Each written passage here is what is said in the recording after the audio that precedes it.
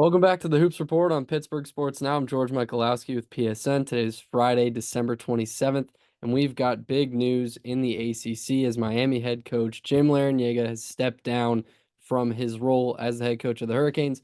Look, Miami was picked sixth in the ACC preseason poll this year, one spot ahead of Pitt. They're 4-8. They've lost to Mount St. Mary's. They've lost to Charleston Southern, among other mid-major schools. VCU, Drake, some great programs, and they're great coaches at the level, at the mid-major level in there that have beaten the Hurricanes. But look, man, the NIL budget that school has had over the past few years, I really don't think there are many excuses for getting off to a 4-8 start there. Now, Larrañaga said he's exhausted. That was the big quote that came out. He's exhausted with the current state of the job as a head coach in college basketball. I got mixed feelings on it. I mean, he led a team to the Final Four 2 years ago, that year that Pitt made the tournament with Nelly Cummings, Jamarius Burton, etc. And he spoke about how after that season, 8 of the players on that team said they were going to hit the portal. Uh, I don't know how many of those 8 were key contributors. I don't know everything that goes on day to day in that program, those relationships with those 8 guys.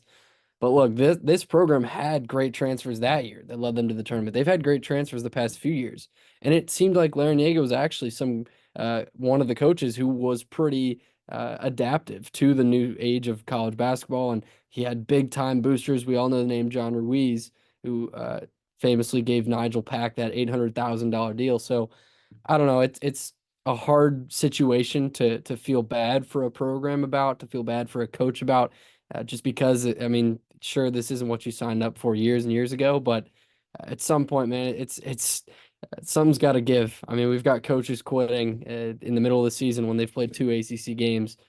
So ACC's, I believe, second or third longest tenured coach now is Jeff Capel, which is wild to say out loud. He's one of the top longest tenured coaches in the league, which I don't think anyone would have seen coming in 2024, I guess almost 2025 now. But in other news, Duquesne plays Cleary on Friday night at 7 p.m. at the UPMC Cooper Fieldhouse. The Dukes looking to win their third straight, improved to 5-8 going into A10 play. Former Dukes assistant Carl Thomas was on staff a few years ago under Keith Dambrot. He launched as head coach last year, launched the Cleary program. It's an NAIA program, so should be a win for the Dukes. They crushed them last year.